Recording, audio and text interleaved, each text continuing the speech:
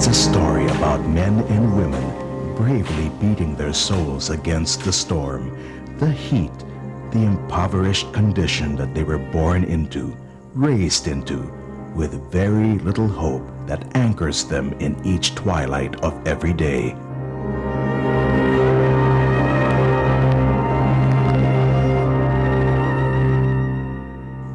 To see them is to wonder where their strength emanates from, but looking more deeply, it is in their tired and weary eyes where the flame struggles into an oblivion of sadness and desperation. Who are these men and women, and what have they done to meet such fate?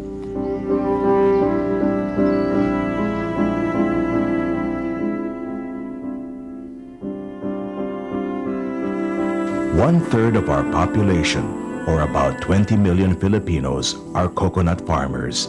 Being so, the coconut industry plays a major role in Philippine agriculture and society. Over 3 million hectares, or almost a third of our total agricultural lands, are planted to coconuts, with an average production of 2.6 million metric tons of copra per year. Proudly, we are the world's primary producer of coconut oil. About 80% of the coconut oil in the world market come from the Philippines. As such, our coconut industry holds roughly 30% of the country's total export earnings.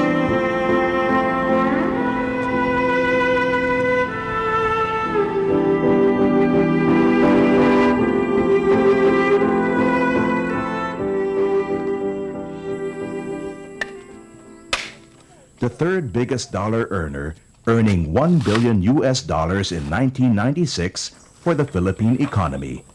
Our coconut industry is a giant social irony. To this day, every coconut farmer who, by his sweat and blood, produced all these dollars for our country's economy is living in despair and poverty. The present average sharing of coconut produce is 1/3 to the farmer and 2/3 to the landowner. To date, a coconut farmer's family income is about 7,500 to 10,000 pesos per year per hectare, or about 22 pesos per day, which is truly below the poverty line. This very moment, 2 of my children are sick. We do not have money for medicine. We just don't earn enough from farming. If it is possible, we wish we could own the land that we till. Sometimes, the landowners even forbid us to harvest the coconut leaves. We could make brooms out of these and make money for our food, but it is not allowed. We are so tired, so we seek our government's help to alleviate our standard of living by giving us the land. What we are hoping for is this talk we keep hearing about, that farmers and our families are getting insurance. Why don't we have this? What if we get bitten by snakes while working? Sometimes, I really couldn't figure out how I could budget the little money that I earn. And sometimes I'm almost in tears because it just isn't enough. Especially because of the children and their daily allowance. I really couldn't sleep thinking about it, wondering what I would give them for the next day. What we want is to have our CLOA and use it, but this is always being blocked by the landowners. We even asked the help of the soldiers to harvest for us. When the landowners found out, they took all our crops to the buyers. Like me, as soon as I start paying my debt, I find myself borrowing money again. My money runs out even before I complete my work. Well, in my case, I just make charcoal to at least buy food.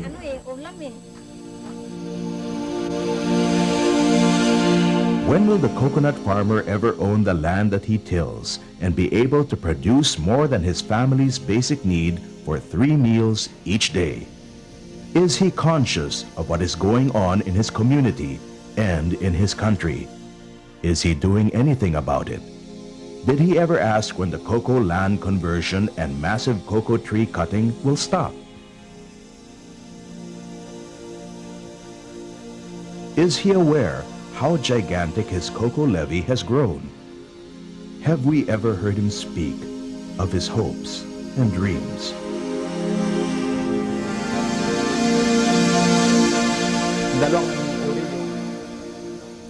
First, under Republic Act 6260, this is called the Cocoa Fund Law. This law calls for the creation of investment for rural development and help the local farmers. Under this law, the farmer is required to pay a tariff of 55 centavos for every 100 kilos of copra he sells. Under Presidential Decree 276, the tariff would be no less than 15 pesos per 100 kilograms of copra on every first sale. This gets as high as 120 pesos. Under this same law, which was put into audit in 1986, it was found out that a large portion of the assets was placed under the name of Dandinko Juanco and his associates. It was from this same Cocoa Levy Fund that Dandinko Juanco bought 51% of the San Miguel Corporation shares in 1984. The political situation concerning the Cocoa Fund levy now is so disturbing because Dandinko Juanco has close ties with the current administration.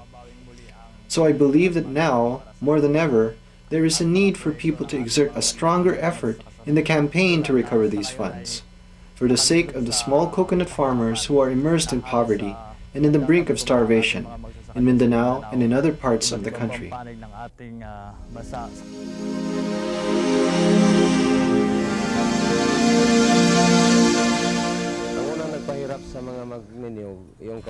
The primary reason of the coconut farmer's suffering is landlessness. If you are a tenant, you cannot freely plant crops. This is the reason why people who till the land get only a meager part of the profits, while the landowner does not do much. We consider it fortunate if we earn 300 to 400 pesos a month just to cover our basic needs. How do we handle our situation? It is imperative that we organize in the rural areas. Then, other organizations form cooperatives to support themselves. A considerable hindrance is the so-called reconveyance being undertaken by the Department of Agrarian Reform. What exactly is reconveyance? All sequestered lands and small banks owned by the government that could not be used for agricultural purposes could be sold to other agencies. Cronies are easily taking advantage of this to have court cases that could disrupt talks regarding the transfer of ownership of the lands to the farmers. Aside from the recovery of the cocoa levy and the tenancy problem, other problems that continue to plague the coconut industry are lack of participation in governance as well as in policy formulation and decision-making, lack of government support, such as lack of infrastructure support and lack of financial assistance, lack of production inputs which result to very low productivity of cocoa trees, lack of investment on community-based processing facilities which results to low copra production, and low domestic consumption of cocoa products due to a weak and inefficient market structure.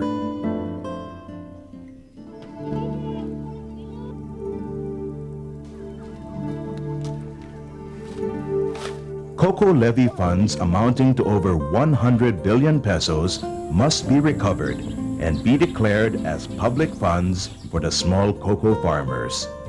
The funds may be utilized by the small coconut farmers for land tenure improvement, community organizing and cooperativism, research and development, replanting and rehabilitation for sustainable agriculture, development of downstream industries, credit and financing, and other support services such as health, education, and insurance benefits.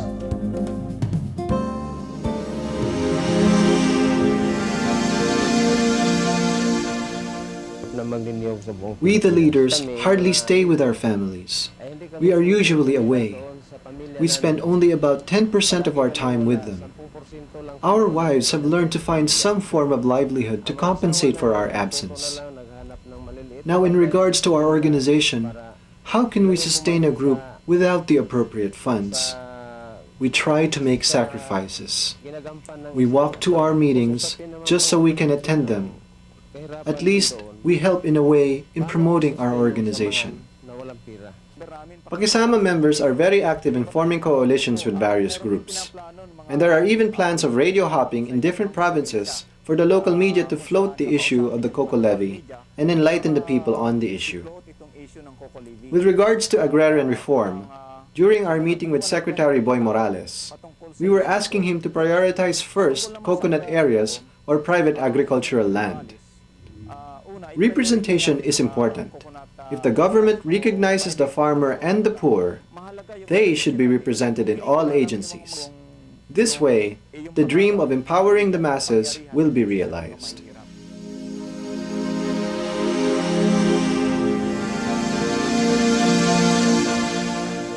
I certainly hope the masses, especially the 1.4 million coconut farmers and their 18 million dependents, find justice under the administration of President Joseph Ejercito Estrada.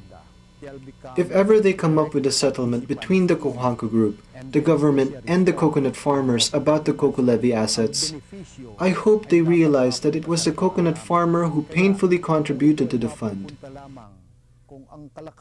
Secondly, all the presidential decrees of Marcos authorizing the levy collection states that the benefit shall go to the greatest number and the coconut farmer shall become direct participants in and beneficiaries of the growth of the industry.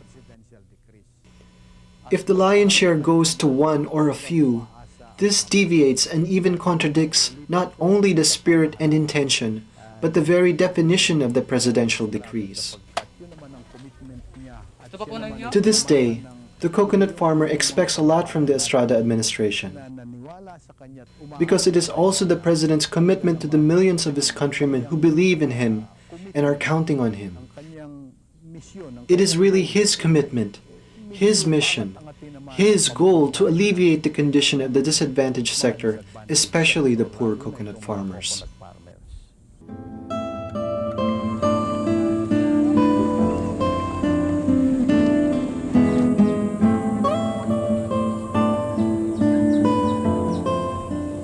Without a doubt, the coconut industry has such staggering importance, considering the millions of Filipinos whose very lives depend on it. The government must therefore give its immediate focus and attention in making better the lives of and empowering the 20 million coconut farmers, and thereby energizing the industry to bring back to the coconut farmers the wealth that, with their own sweat and blood, they helped create.